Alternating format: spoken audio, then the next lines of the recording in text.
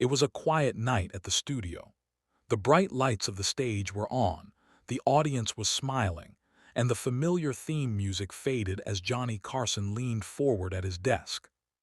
"Ladies and gentlemen," he said gently, "please welcome my friend Clint Eastwood."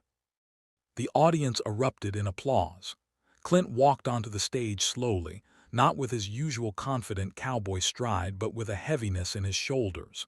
His face carried something deeper than age, something quieter, something broken.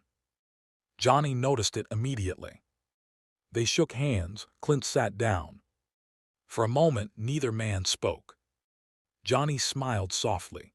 "Clint, I've known you a long time, but tonight you look like a man carrying a storm." The audience laughed lightly, expecting Clint's usual dry humor. But Clint didn't smile. Instead, he looked down at his hands. "I guess maybe I am," he said quietly.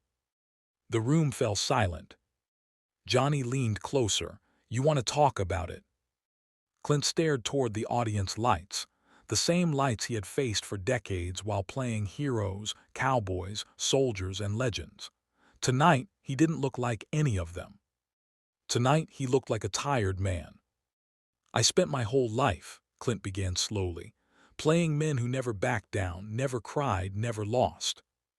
He paused. "But nobody tells you what happens when the cameras stop rolling." The audience grew still. Johnny's voice softened. "What happened, Clint?" Clint swallowed hard. "I lost someone," he whispered. The words barely reached the microphone.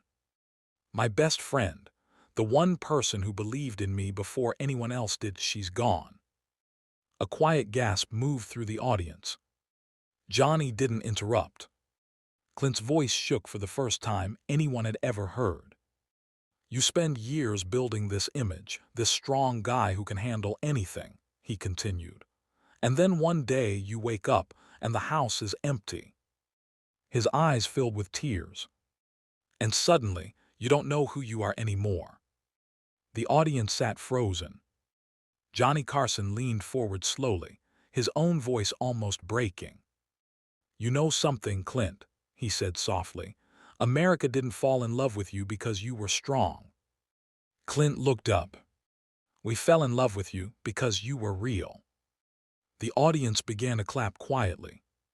Clint let out a shaky breath. "I always thought I had more time," he admitted. "More time to say thank you, more time to say goodbye." His voice cracked completely now. "But time doesn't wait for anyone, not even cowboys."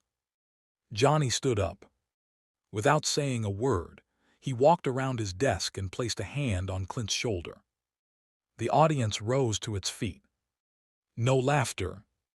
No jokes. Just respect. Clint wiped his eyes and tried to smile. "I guess even the toughest guys get heartbroken sometimes," he said. Johnny nodded gently. "Especially the toughest ones."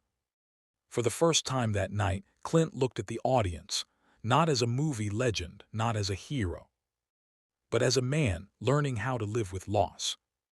And America saw something it had never seen before. Not Dirty Harry. Not the man with no name. Just Clint. Heartbroken, human, and honest, broken clapper sparkles.